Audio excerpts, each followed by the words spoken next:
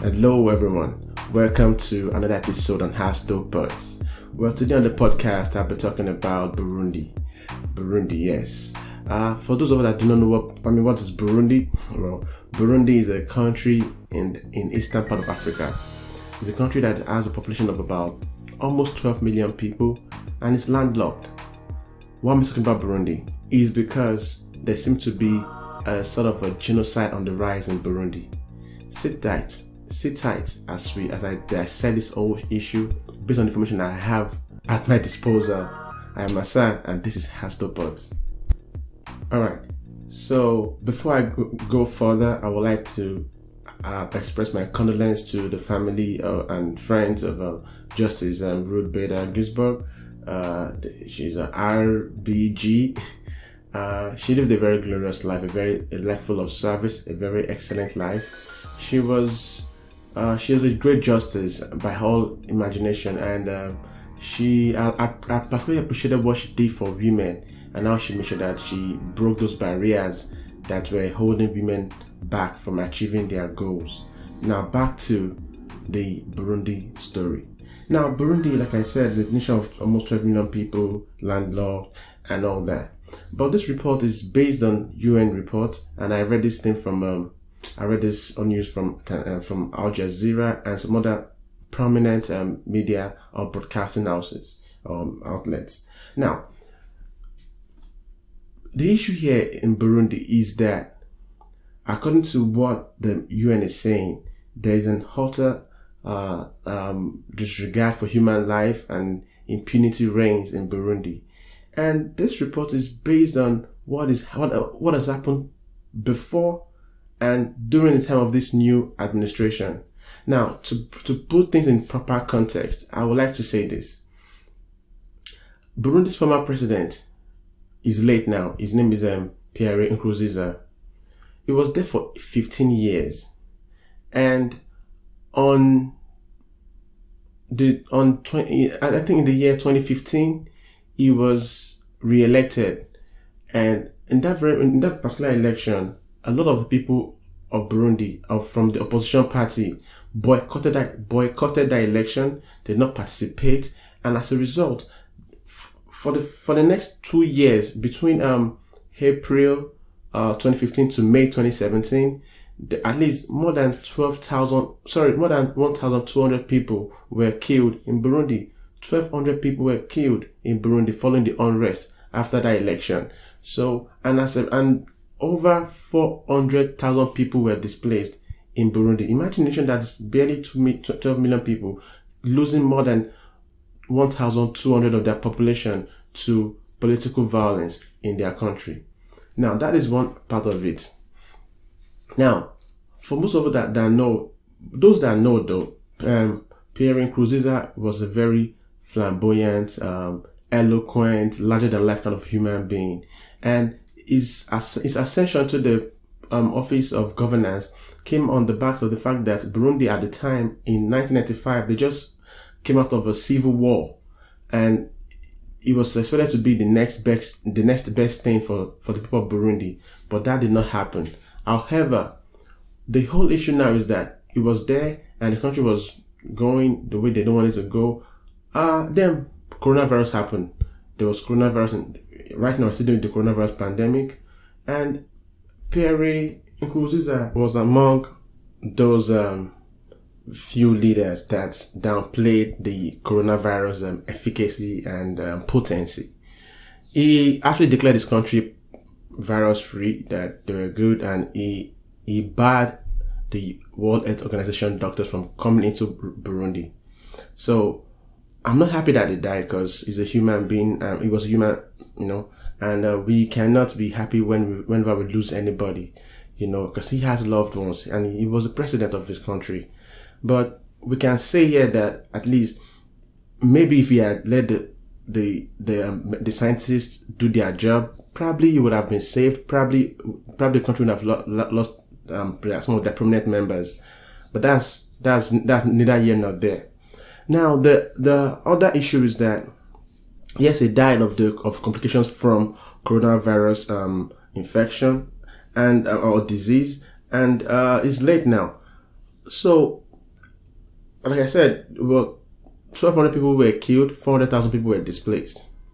There was a new election, and the new election gave birth to a new administration. And the name of the new president right now in Burundi is retired General Evariste Ndayishimiye. Evariste Ndayishimiye was from the governing party. He was in government before, even during the time of Pierre Nkurunziza, and he's a prominent member of the country. You know, he's one of those elites in the political class. A retired general, like I just said. So upon his inauguration, he said that he would make sure that things change for better in Burundi. That the people of Burundi would, start seeing something different this time around. Now, this was just a few months ago. Now, what is happening is that, according to UN reports, nothing like that has happened, really, truly, in Burundi since he became president.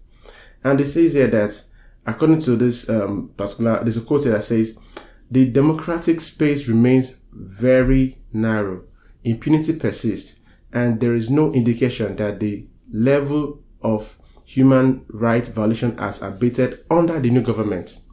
Remember that during the time of Pierre Nkurunziza, the government was really harsh. There was a lot of human rights abuse and violations. That was one of the reasons why people were calling that it should resign. The people were just done with this government, because of the impunity, the lack of respect for the human life and human being, and everything was just bad during the time of the late Pierre Nkurunziza. And this man said he was going to do it, but the UN report is saying here that never happened. That democratic space remains very narrow. Impunity persists, and there is no indication that the level of human rights violations has abated under the new government, says Dudu Den, the chief of the United Nations Commission of Inquiry on Burundi. So that's what happened. That's what's going on right now. And the UN is crying out so as to put it on notice. You see, the reason why I'm saying this podcast, I'm making this thing right now, is because oftentimes it's not because when rulers or dictators go scot-free with just harshness, with lack of respect, with brazen attack and unmitigated violation on the human rights and human beings and all those things. It's not because there's no government or the world is not watching. It's because the world is not reacting. It's because the world is not holding those people accountable. You see, during the time of Adolf Hitler, when he did those heinous things to the Jews of Germany and all those things, the world questioned him. The world questioned him. The world had to say, no, you can't be doing such heinous things to these people. You see, whenever things going on in Africa, in African countries, or some of these other third world nations, I don't see on social media say pray for Burundi, pray for Kenya, pray for. But if it's in France or Switzerland or America or London, you see everybody starts saying their prayers. You see, all lives matters. All lives really truly matters. Whether you're black in Africa or you're white in the Iceland, if there's any injustice to you, we have to put the same energy that we will put for our own people for you as well. We have to stand as a united people so that we can fight some of this really, really bad dictators that we have in this world. Just selfish, greedy leaders. You see, I like that UN is putting Evariste Ndayishimiye on notice. Now listen, your government is new, but we can see the steps that you are taking that is not in line with what you said you were going to do, and the fact that human rights are being violated under your very watch, it says a lot about your person and your character. We have to do more of things like this. to put these people on notice. I am making this podcast now so that you can listen, so that you can really see reasons with me, so that whoever is in a position to make some changes would actually do those things. We have to love our brothers, whether we are Africans or we are Europeans or we are Asians. Now, you may want to say, can I give some specifics? Oh, yeah, for sure. Okay, so now this man, this president right now, very recently in Ndayishimiye, right, says, according to the UN report, right, he promoted high-ranking military officers involved in human abuse. He appointed military officers as governors in previously held civilian positions. Also, 2 men in his cabinet are under sanctions for rights violations. So you can say that he's in bed with people that are of no good. You are a democratically elected government, president. Why are you putting a lot of military people in power? Military and civilian rule does not go together. So you might say, because he's a retired general, it's like one good turn deserves another. You see, this kind of mentality to rule and to stay in power and to scare people away it has never been productive from the beginning of time. When the government is not inclusive but exclusive, it's a recipe for disaster. Now, this man is doing this thing, this president of Ndayishimiye. I am not in Burundi. I'm not from Burundi. I'm not even in Africa. So I wouldn't know what's going on really. I'm only saying this based on what UN report says. I just hope that the murder, the bloodshed, the kidnapping, the sexual violence and abuse that's going on in Burundi that has been sort of encouraged by this government will stop. And this government will start to do the right thing by actually creating opportunities for people to be productive, for the country to move forward. It's not a big country. It is very, very achievable. When there's a will, as they say, there's a way.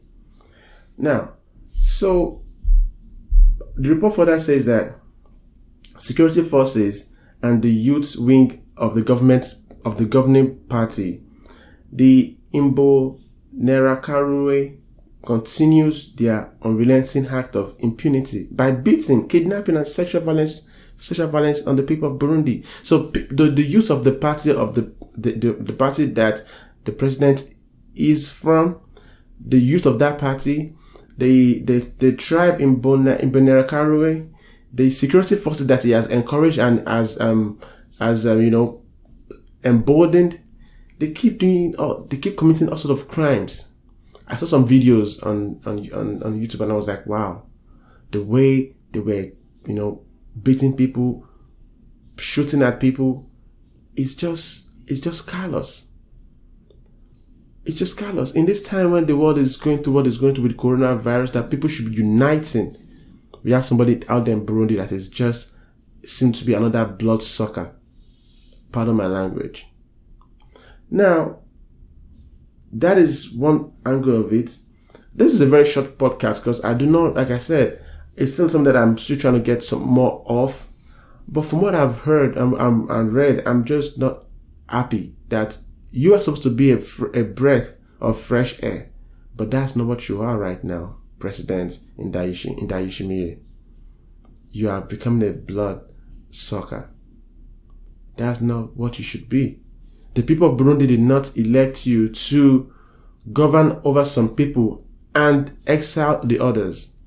No, they elected you for a betterment of their lives, for the betterment of their children's lives, for a country that is progressive and is forward-looking and thinking. You have to hone it up to this and do what is right by your people. We cannot keep having leaders in Africa thinking that the office of government is their father's property, is their father's throne. No. Ain't nobody has a monopoly of knowledge. Everybody has something to offer. And a good government is an inclusive government. I like the slogan of Washington Post. that says democracy dies in darkness.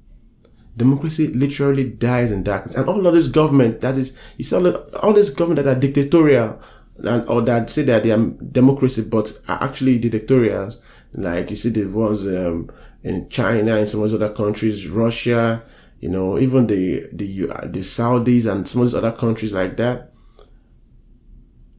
They are always working too hard to making sure that the people don't have the knowledge that they ought to have. They always try to gag the media. They always try to instill fear and terror in the minds of the people, barring or neglecting the unprecedented effect of violence, of terror in the minds of the people. And these are the things that we have to start talking about and start really, checking. Because I remember me coming from Nigeria, whenever we see a soldier in Nigeria, even me, we all shiver. And I don't understand. But until one day I saw in Nigeria when they call them the mobile police. I think it was soldiers around Dodan barracks. He had this man roll in the mud of dirt, in a gutter, roll literally, all because he was wearing a camo shirt. I saw firsthand when a mobile police officer was beating a bus conductor only because the bus had some holes in the bottom that splashed little water on his boots. That is impunity.